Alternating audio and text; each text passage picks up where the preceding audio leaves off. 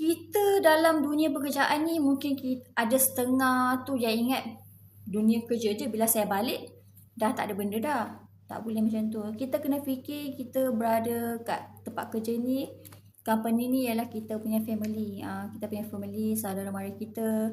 Apa yang cuba saya nak sampaikan kat sini ialah, kalau anda rasa dah tak serasi, dah tak sesuai nak continue kerja kat sini, biarlah kita pergi dengan cara yang baik. Biarlah kita tinggal nama kita tu dengan nama yang bersih.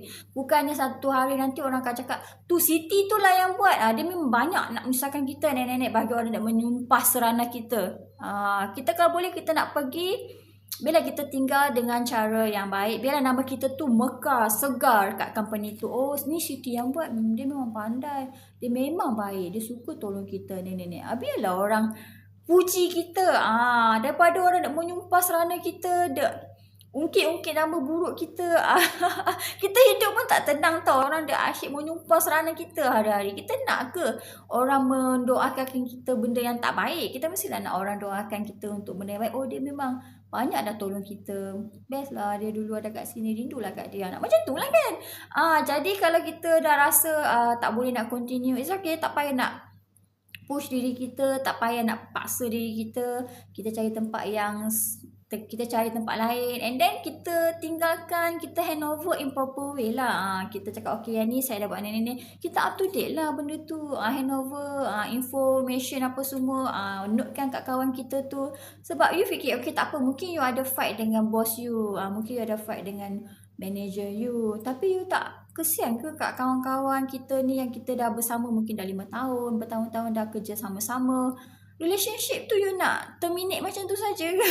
Bila jumpa kat luar, cepat-cepat buat tak kenal macam tu. Macam tu ke you know?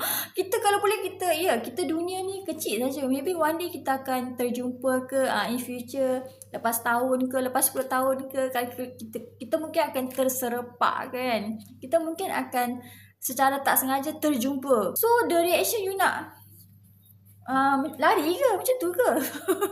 Why not kita, hi Siti, you kat mana dah nenek?